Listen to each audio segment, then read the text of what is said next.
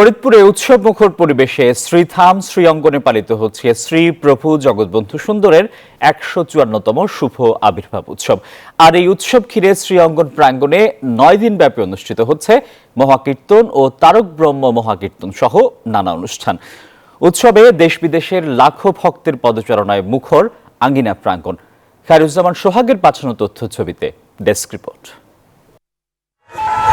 প্রভু জগৎবন্ধু সুন্দরের ১৫৪তম আবির্ভাব উপলক্ষে এবছরও ফরিদপুরের শ্রীধাম শ্রী অঙ্গনে নানা আয়োজনে চলছে উৎসব।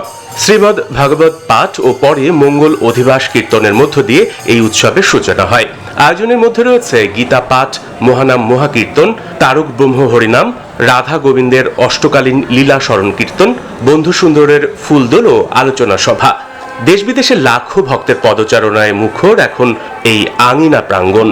এখানে শ্রী জগৎবন্ধু সুন্দরের ১৫৪তম আবির্ভাব উৎসব হচ্ছে। হরিনাম সংকীর্তন, তারক ব্রহ্ম নাম সংকীর্তন, এইটা শুনলে আমাদের পবিত্রতা হয়। সবাই মিলে তীর্থ ভ্রমণ করি, মনের মধ্যে একটা শান্তি লাভ করে।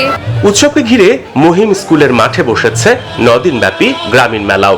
আঙিনার অনুষ্ঠান উপলক্ষে এখানে মেলা হচ্ছে, এখানে অনেক কিছুই আছে। মেলাতে আসছে, মেয়ে নিয়ে আসছে, সে কেনাকাটা করতেছে। প্রভু জগৎবন্ধু সুন্দরের আবির্ভাব উৎসবে ভারত, নেপাল, শ্রীলঙ্কা সহ দেশের লাখো ভক্তের সমাগম ঘটে ফরিদপুরে বলে জানান মহানাম সম্প্রদায়ের সাধারণ সম্পাদক। শ্রী শ্রী প্রভু জগৎবন্ধু সুন্দরেরই একেবারে নিজের হাতে গড়া প্রতিষ্ঠান। এই যে উৎসব, এটি ঐতিহ্যবাহী ফরিদপুর শহরে একটি বিশাল উৎসব। জগৎবন্ধু সুন্দরের কাছে যারা আসছেন তাদের মধ্যে মানসিক দিক থেকে আমরা উন্নত মানের মানসিকতা নিয়েই তারা আসেন। আগামী ২৪শে মে কুঞ্জভঙ্গ নগর কীর্তন, জলকেলি মহোৎসব ও বন্ধু পরিকরের মধ্য দিয়ে শেষ হবে এবারের ৯ দিন ব্যাপী এই উৎসব।